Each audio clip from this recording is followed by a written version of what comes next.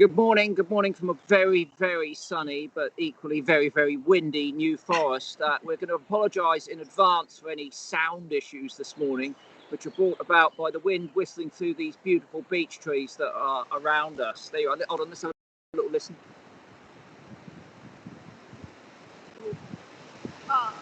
Yeah, see what I mean? It's pretty windy down here. Windy. It's a lovely day. Hope you've had a good weekend. I've got to say, I'm not on top form today. I was still awake at 3:30 this morning.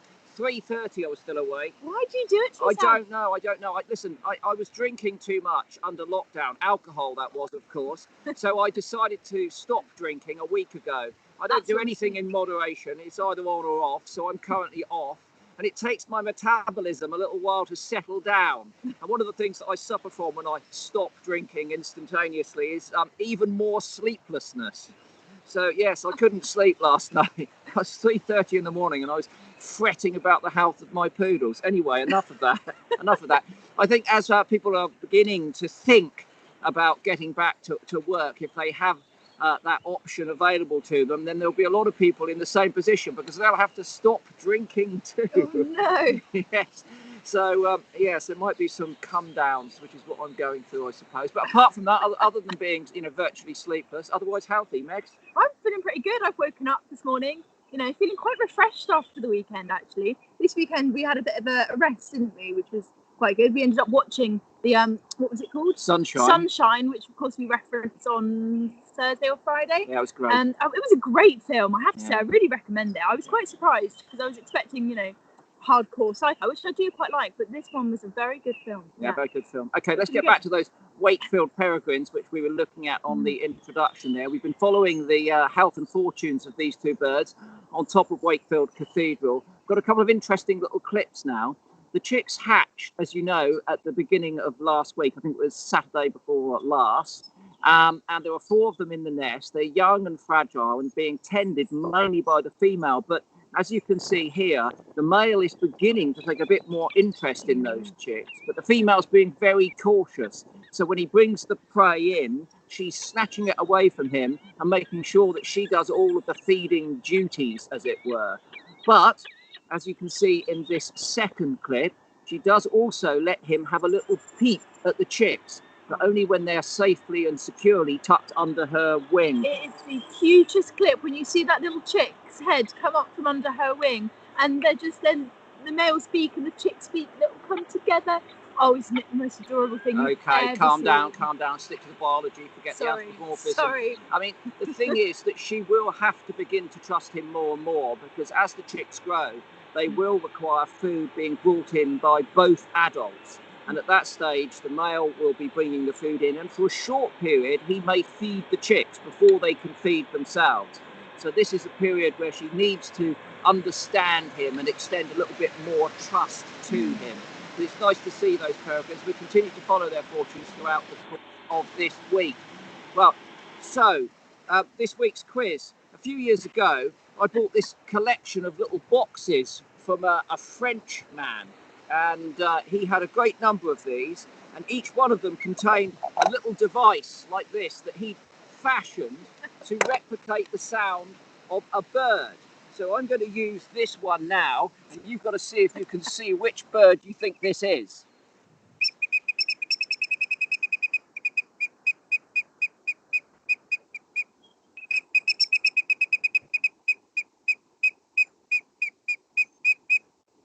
It's tricky. It is tricky. I love these little things. They look rather bizarre, don't they? And well, I thought we'd use them all of this week. So you've got to try and tell me which bird that is that the French craftsman has made this little device to replicate.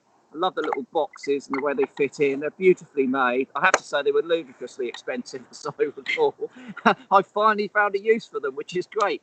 So if you think you know which call that is, then send in your answers to Twitter, Facebook and YouTube, and we'll tell you whether you've guessed correctly at the end. I am going to give a little bit of a clue because I know people are already struggling. No, we've been so easy with the other things. I know, but I have been told that people are struggling with it. So I'm going to give a bit of a clue. This is an animal which you can find along salt marshes and water reservoirs, and they have very vibrant legs. So there you go. Okay. There you go. That's your 2 clues. So get all your answers in, and we'll come back to that at the end of our broadcast. Okay. Now, at the end of last week, I think there was a degree of confusion about what was happening with our broadcast from the South Isolating Bird Club every day. There was. We said that potentially we would be looking to end this week, and now we're not ending, but we want to make that very, very clear. It's not coming to a total end on Friday, but we are going to be stopping our broadcast for the time being while Spring Watch starts, and it's very, very exciting. We're looking forward to Spring Watch immensely. It's going to be great to see how that all comes together. So Spring Watch digital platforms are going to be starting from next Tuesday. There's going to be a whole load of live cameras for you, a whole load of live shows on the BBC Spring Watch platforms, and you can find Chris and I there at 12 o'clock each day from next Tuesday. Yeah, so we'll be switching basically what we're doing now, but with a BBC flavour, of course, because we will be part of that Spring Watch team, broadcasting, as Meg said, from 12 o'clock. With regard to the South Isolating Bird Club, we've got a number of ideas what we might try with your help and, of course, your permission and your ideas too, to do with it. So throughout the course of the week, we're going to be telling you what we're thinking, and we're going to be asking you what you think too, because it is our community, and we should therefore think that we should share its future. Now, thinking back about 8 weeks ago as to why Megs and I started South Isolating Bird Club in conjunction with Fabian Harrison, of course, and Kate, who's been doing an enormous amount of work with it too. One of the issues that we wanted to address during lockdown was people's mental health and how they could find respite and solace in nature. And many of you have clearly done that. But since it's the final week of these 9 o'clock broadcasts, for the moment, we thought that we would ask for some real expertise when it came to addressing this issue. And I'm very pleased to say that Emma Mitchell is joining us to give us some top tips, as it were, every single day on how to focus on using nature to improve our mental health. Now, Emma is a zoology graduate from Cambridge. She lives near Cambridge in the countryside. She's also an author, and she's written this remarkable book. It's not only a treatise which explains her walks and journeys around her environment, a diary, but also candidly expresses her mental state. And she's been prone to depression for many years. But she has found a method of using wildlife as a cure for that, which is equally candidly explained in the book. It is beautifully illustrated with her illustrations, and also collections of her photographs too. It's a charming book. Anyway, without further ado, let's hand over to Emma to give us her first of 5 top tips on how to use nature as a form of mental health, and more precisely, because of her interest in biochemistry, how it actually works in our brains. Emma.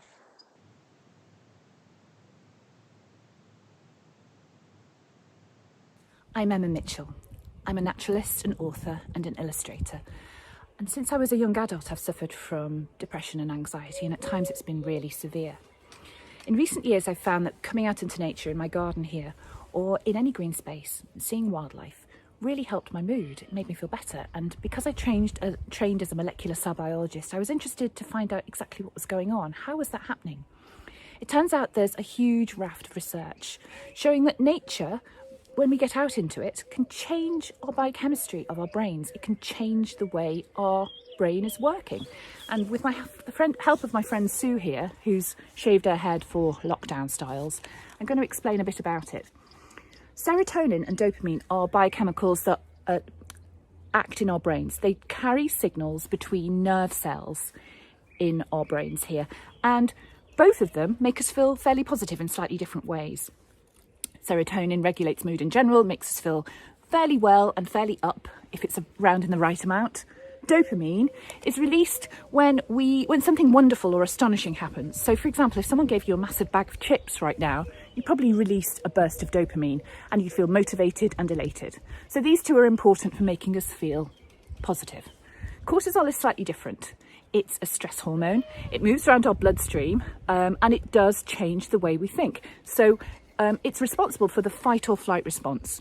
Okay, so when something stressful happens, it'll help us to think in a sharp, quick way and respond appropriately. It's also responsible for other metabolic changes too. Now, cortisol is released in higher levels under stressful situations. Right now, under lockdown and since the pandemic began, we've been witnessing seriously stressful situations, either on the news or in real life. Our cortisol levels are going to be higher than before, if not really high, and that can change the balance here. Now, it can induce anxiety. So a horrible strung out feeling where we can't sleep and our minds are churning. And over time, it can also lead to symptoms of depression. So it really can change our mental health for the worse. Now, when cortisol is raised, it also suppresses levels of serotonin and dopamine, the ones that make us feel positive. So the balance is really off at the moment. But when we get out into nature, it can shift the amounts and the balance of those three biochemicals. And I'm going to explain how.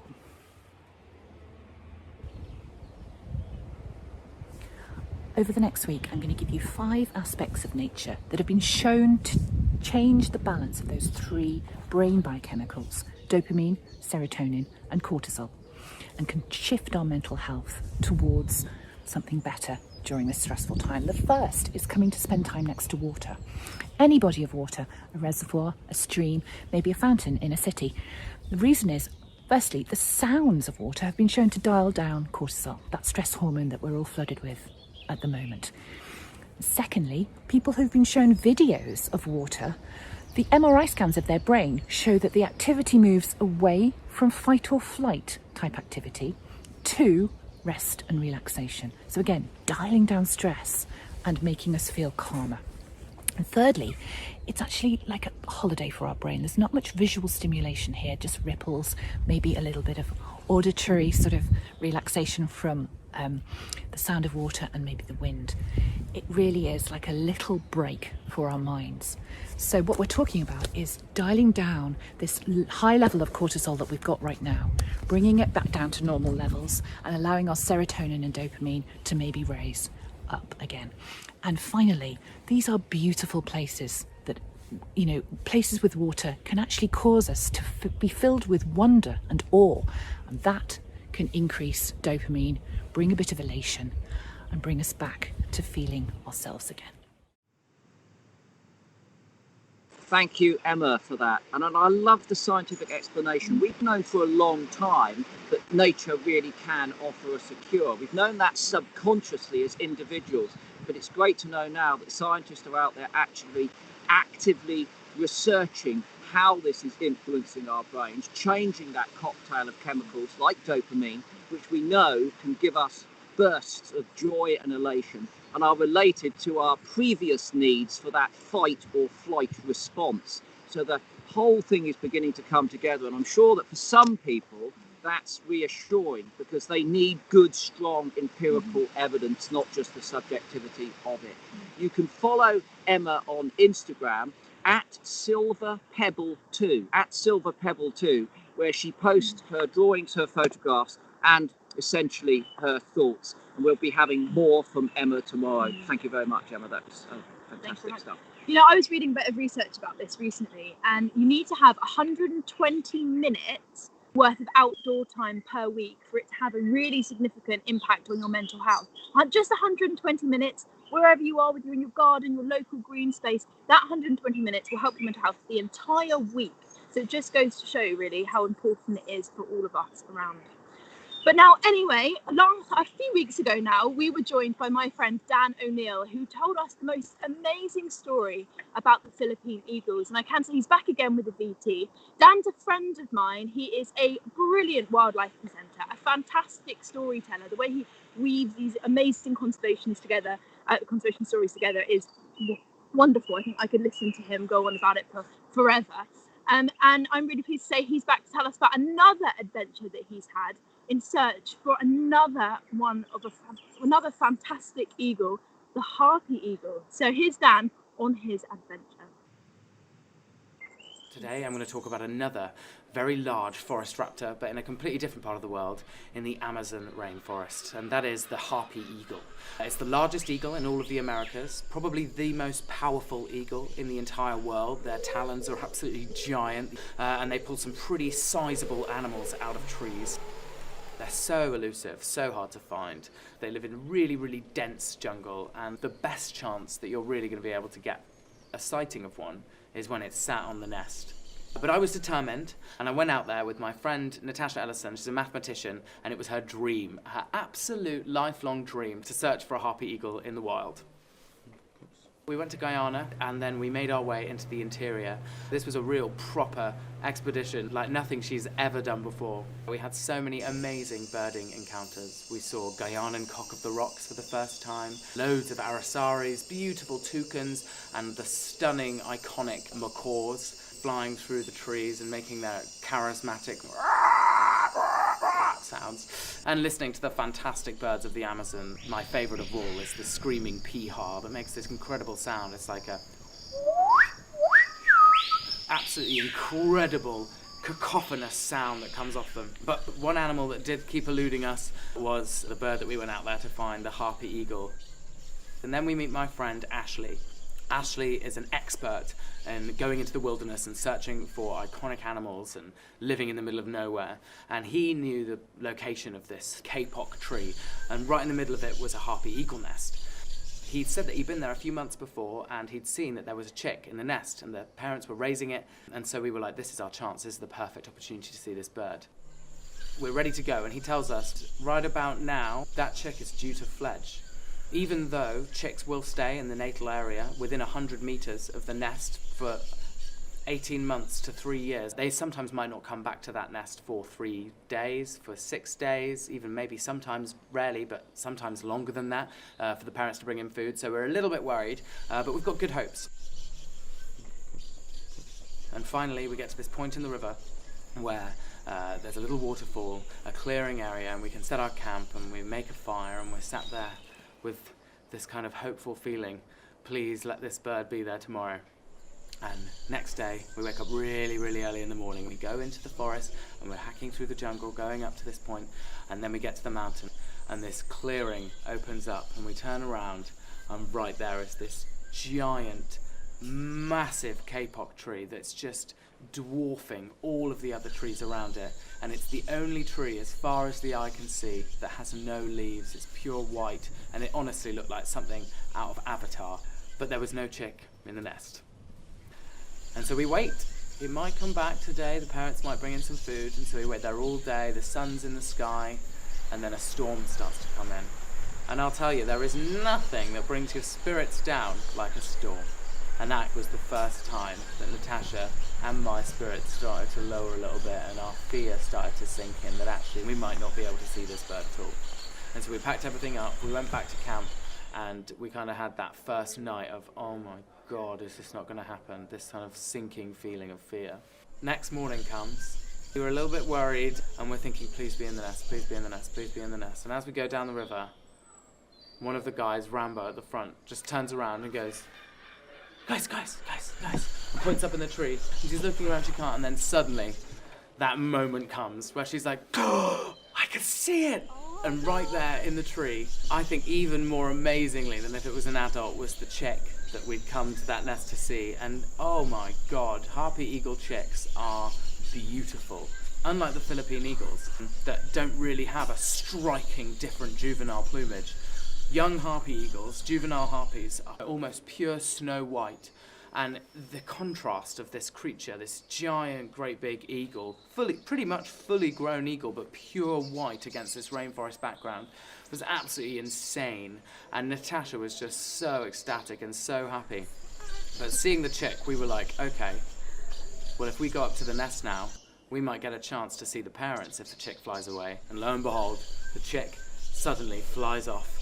And then we ram the boat into the side of the jungle, and we hack through the jungle, and we're running up as quickly as we can to try and get to the tree in time. And then we set up all the cameras really, really quickly. There's still no bird there.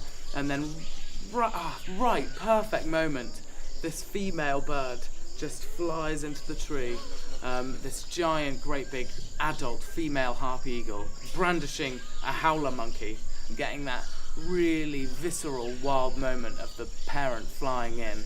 And once the mother left, the chick flew over to a little high point, and we got to sit there and watch him calling out to the rainforest on his little rainforest throne, searching out for his mother as she went out to look for food for him again.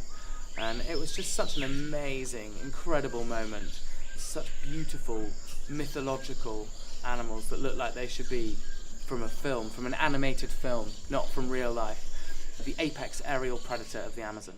But yes, thanks so much, guys. Thanks for having me on. I've had a great time talking about these birds again.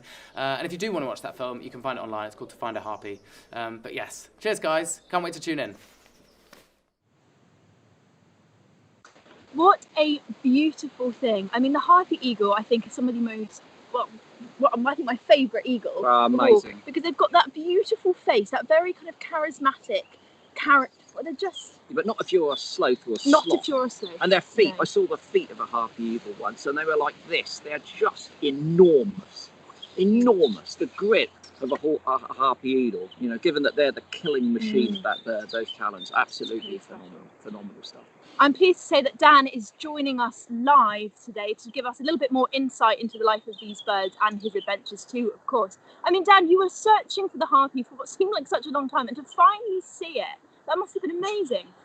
Hey guys, yes, it was a crazy experience. I'd always wanted to see a harpy, and all these trips I've been going on is chasing all the dreams I had when I worked as a biologist, wanting to make them all come true because they never happened to me during that time. And a harpy was a massive one. Guyana was the first kind of foray I ever had into seeing a proper rainforest. And I think one of the animals, as for loads of people, the jaguar, the harpy, the giant river otters, they're all these kind of charismatic animals we all desperately want to see. But I never got the chance to see the harpy. And then, a few years later, and I got the opportunity to make this film, and I actually put a call out on Twitter on Rare Bird Alert with Brian Egan, and I was like, okay, I've been sent a message. There's apparently this crazy beautiful harpy eagle nest in this ridiculous looking tree, and I need someone who's desperate to see one. And I put this call out, and this girl Natasha, she messaged the thing saying, I know I'm not who you're looking for, but can I pay and come anyway? And I was like, you're who I'm looking for. And she's actually a very close friend of mine now, and it was an amazing situation. And I think for me realizing her dream, it wasn't until the moment when we got down that river and I saw that giant bird in the tree that I realized it was actually my dream that I was trying to make come true this whole time as well. But yeah, crazy, beautiful, like incredible birds. And when you see that chick, bright, kind of white, ghostly animal against the forest backdrop, it's just crazy. I have to confess, Dan, I've never seen a harpy eagle in the wild. I was in Panama once where they'd released some rehabilitated birds, and they were satellite tracking them. So we knew where they were, and they weren't where we were. So unfortunately, I've never seen the harpy in the wild. I have seen them in captivity. They are enormously powerful in their presence, aren't they? Crazy, yeah. I mean, their talons are longer than a grizzly bear. The most powerful eagle in the entire world. And yeah, the might on them. I mean, they're really smart. This is one thing there's a fantastic biologist, Brian O'Shea. He knows so much. He knows everything about all of the Amazonian birds. And he was saying to me that he thinks harpies have a particular type of intelligence because they're used to hunting primates, intelligent, wily primates. And so they have this kind of scary intelligence about them, but those massive talons, you can just see the might when they grab something and take it into a tree. Yeah, crazy. And also that environment you're working in, rainforest, is a difficult working environment technically, isn't it? Because basically it rains and then it rains and it's muddy. Moving around is really difficult. You've got the onslaught of biting insects or sucking invertebrates. It's a tough place to work. All you've got to do is go with someone who gets bitten more than you, though, and it's perfect. Works better than anything else. It's better because you can't use DEET, of course, because when you're out in this really beautiful, far remote places, the last thing you want to bring is just DEET to spray all over the rainforest. So yeah, no, trying all these like things like garlic tablets, which in my opinion don't do anything at all. But yeah, no, it's and wishing for botflies. I mean, there's all the parasites, there's all the mosquitoes and flies, but the real thing you want is the botfly. I know it's grim, but it's a dream of mine to get one. It's I'm sorry everybody, it's like a maggot, and it's a fly, and they're quite a big one, and they really crazy. They'll grab mosquitoes and they'll lay their eggs on the underside of the mosquito and then set it free, and then that fly will fly around and then it will land on your skin, and all of those eggs will just drop off and they'll burrow in, and then it grows into this fly. It's relatively harmless, ends up just flying off, but they can get pretty big, and I've always wanted one. Film the experience. But yeah, it is a very tough place to be. The humidity for cameras is the real nightmare, because when you're trying to keep a camera that isn't meant for that type of place alive in 95 to 100% humidity, yeah, you just kind of have to give up after a while and hope for the best. You do what you can in that situation. But of course, so it's not just the Harpy eagle that you are in love with, it's also the Philippine eagle, and you showed us a fantastic clip a couple of weeks ago of your experiences with that too. So I mean, how were those experiences different for you, and you know, why eagles in general?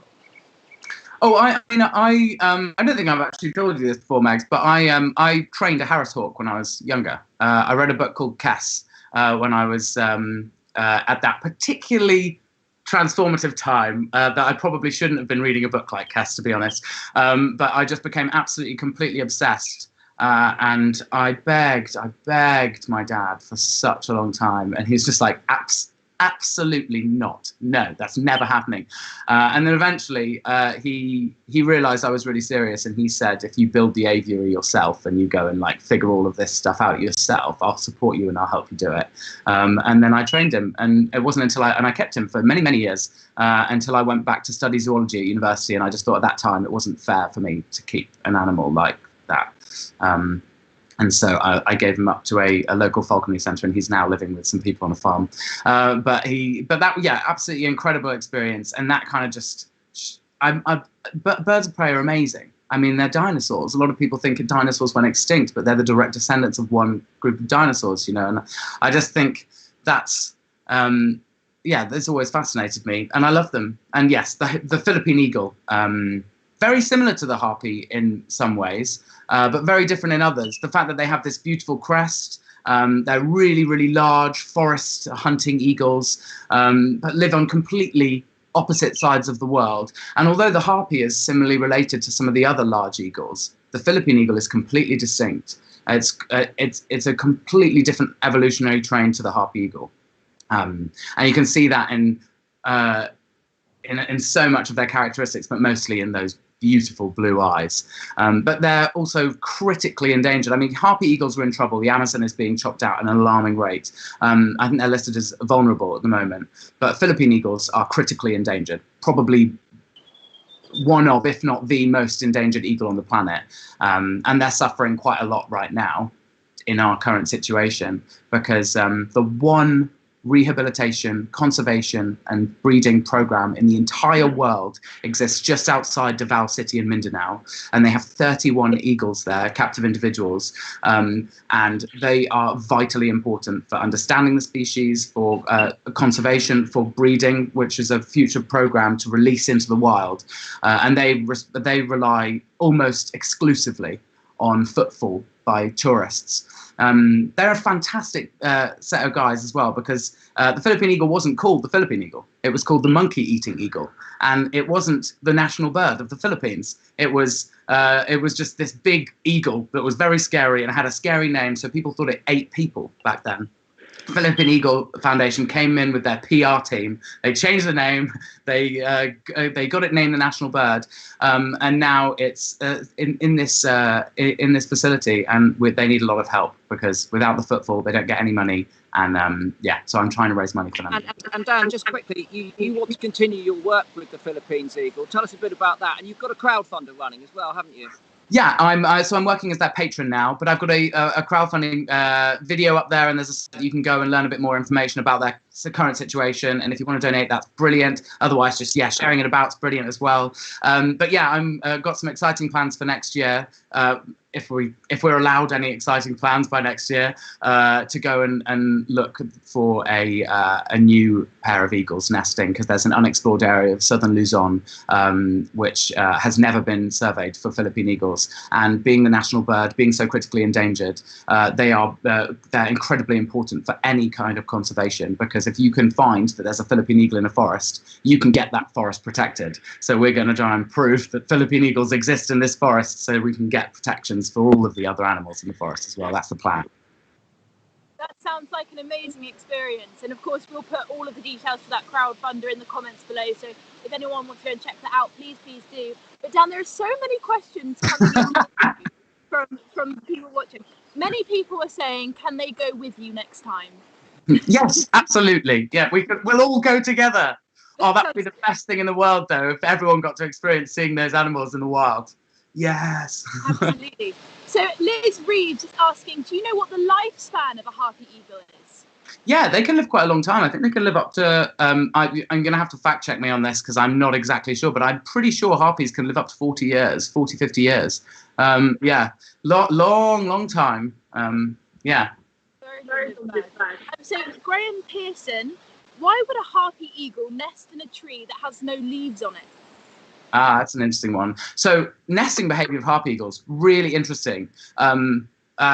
First off, so in the north of the Amazon, in the Guiana Shield, that top part of the forest, about 90% of harpy eagles will nest in kapok trees or silk cotton trees, these giant, huge emerging trees that will come and breach the emergent layer of the forest. But further down south, 90% of harpy eagles nest in Brazil nut trees. So they really do have a specific type of tree that they go for. And that's, I guess, the first answer to that question, that they're looking for that type of tree. And it's really those ones that are really, really, really straight and break apart at the top with that perfect, very strong fork where they can put their nests in.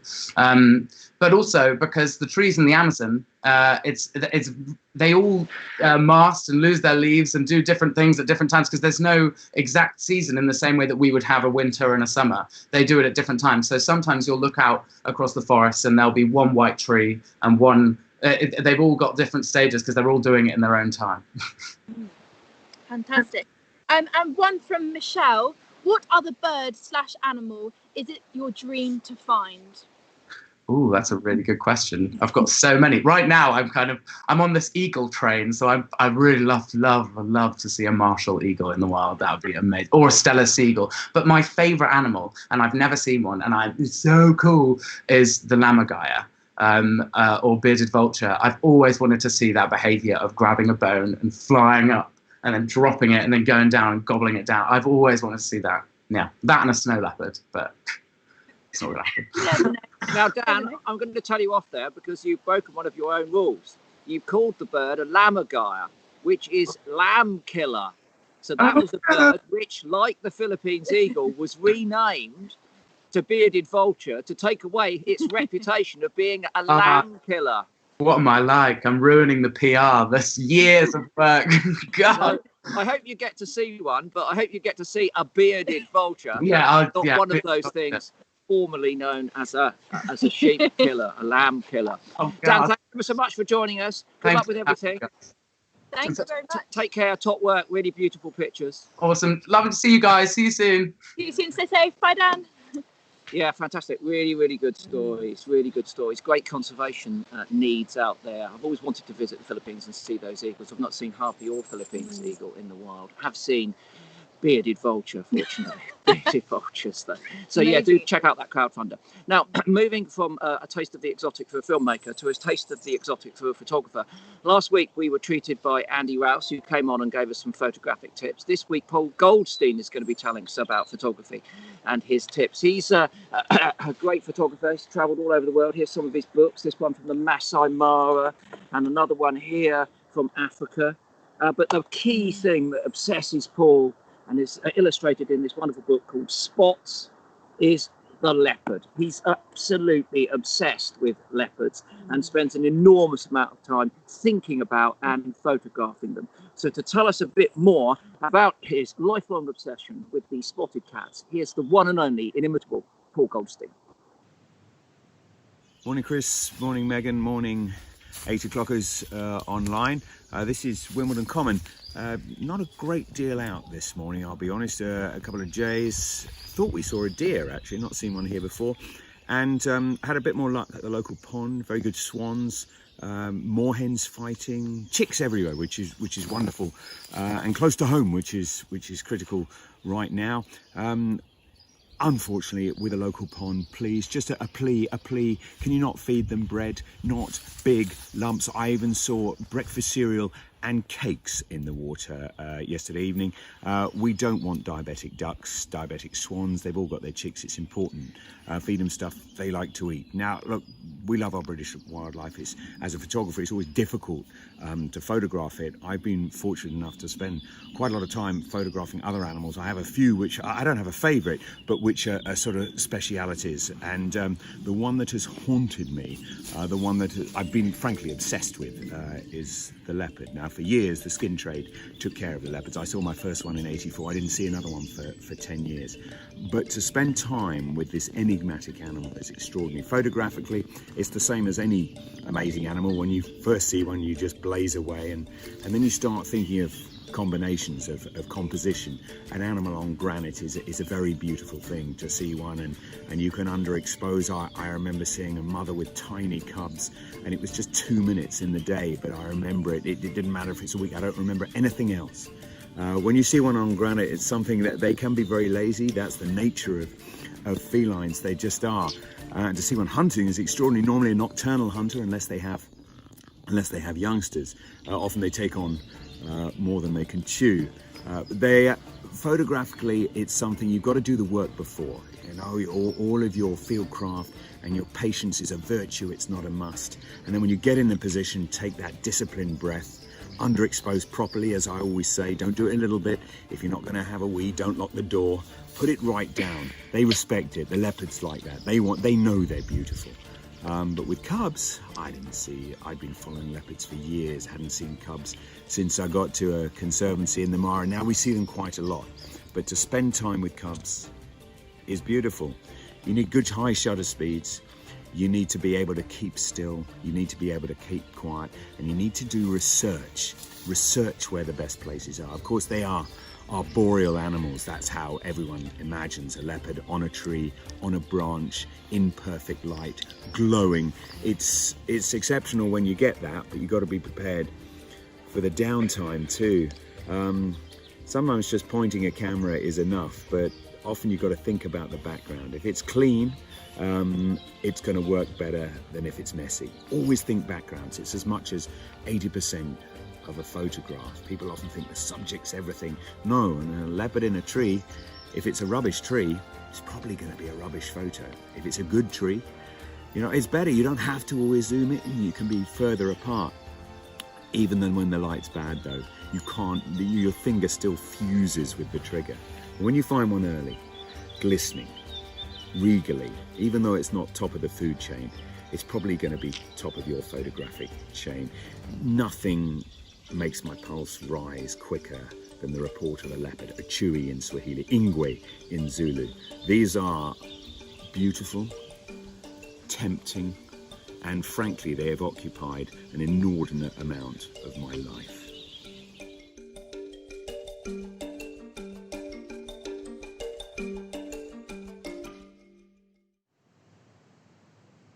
Beautiful pictures. Oh, stunning. Stunning Absolutely photographs stunning. of leopards, and some top tips there, which, okay, there aren't so many leopards prowling around Wimbledon Common, or else Paul wouldn't be out there at 8 o'clock in the morning.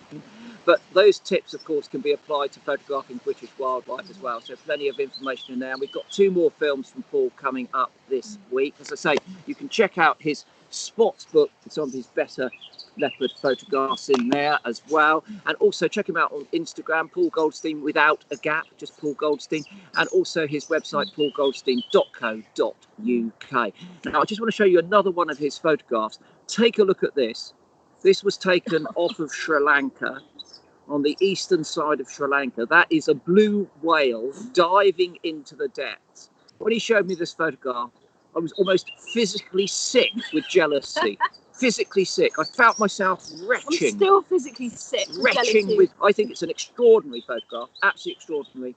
It's abstract in some ways. It's just remarkably beautiful in others. He's entered it in all sorts of competitions, and it's always got nowhere. And I think that's a travesty, personally. If I'd have taken that photograph, I'd have been on cloud 9 for at least 21 seconds before I'd found a mistake in it. And there are mistakes in it.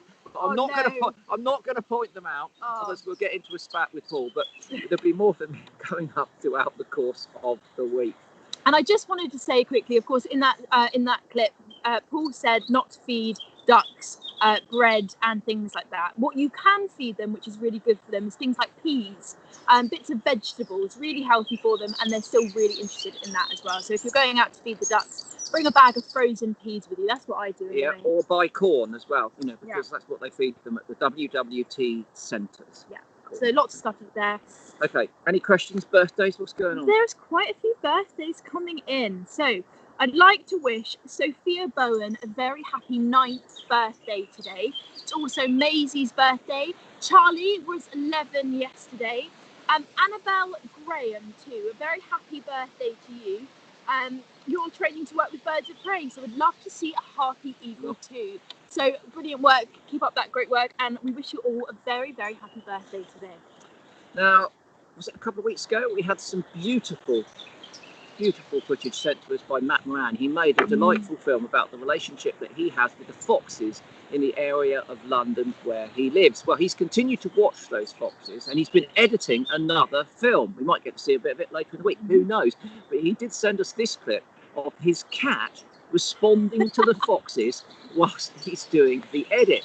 Now, cats are curious creatures, as we know, and every year when we do Spring Watch, we get sent an enormous number of pictures where people's cats are frankly sometimes more interested in our programme than the human viewers, and they're jumping up and watching the screen.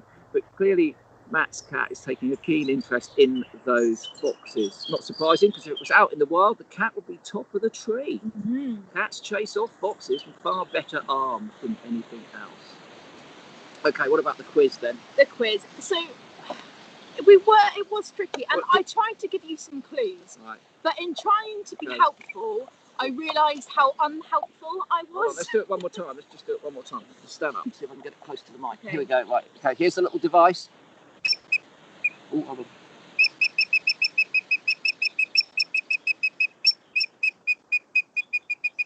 Oh, look at it. It's beautifully crafted, made in France. It says oiseau. Oiseau. What does that mean? It means bird. Yeah, oiseau. Go on then, who got it right? Okay, Anyone? so initially there was a bit of difficulty, but, actually people started to get it. So well done, everyone. Facebook, we've got Bill, Graham, Megan, Lorna, Pearl, Jane, Amanda, Sheila, Dan. Twitter, David, Nat, Mike, Tony, Colin, Trudy. YouTube, Vivian, Johnny and Patricia. Okay, they all got it right. They all got it right. A lot of people were thinking it was an oyster catcher. And it didn't help because I said it was around salt flats, it had brightly coloured legs, which of course oyster catchers do too. But it is a red shank. There it is. Little picture glued on the box there. Red shank. Very noisy bird. I'm not entirely sure. Let's have a quick look inside to see if it's got the French name yes, it's called, the French name for a red shank is Chevalier Gambette. Le Chevalier Gambette. Oui. No. Oui, le Chevalier Gambette. Oui. Oui, le Chevalier. Okay. Le Chevalier Gambette. Oh, la. Oh no. Oh, yeah. It's going to be a French lesson. No, it won't. It's a very un-French lesson. A very poor French lesson. Tomorrow's one is even wackier. I warn you, it's wackier. They get wackier throughout the week. Remarkably inventive. I toss at these little things. Great fun. We've had a lot of fun with these, haven't we? Yep. Last night. One a day this week. Yep. Who else is coming up this week? We've got Luke Massey. We've got Luke Massey coming back to tell us a little bit about a very special bird that he's found on his patch in Spain. We've got Nick Baker returning too. Lizzie Daly. Lizzie Daly will be back. We've got clips from Jane Goodall coming, which is really exciting. Yep. As well, of course, course, Project Diaries, Lee Gardner, and many more too. Lindsay will be back. Lindsay will be back, and we'll be going a little bit more international as well. We might even go a little bit marine. A little bit marine. A little bit marine, which we haven't done a lot of yet. No, we haven't. And I'm a big fan of the marine environment. So what are you thinking? Sharks? Oh yeah, you know me. Sharks. Okay. We'll do our best to get you some sharks. And the other thing that we've reached out to the staff of the Natural History Museum, many of whom are furloughed at the moment, of course. The museum is down to skeleton security staff only, but we've reached out to some of the staff there to see what's been happening behind the scenes of the museum staff during lockdown. So we're hoping to bring you what they've been up to again later in the week. Plenty to come, so we'll see you tomorrow morning at 9 o'clock. 9 o'clock. See you then. See you Have then. a good day. Bye-bye. Bye.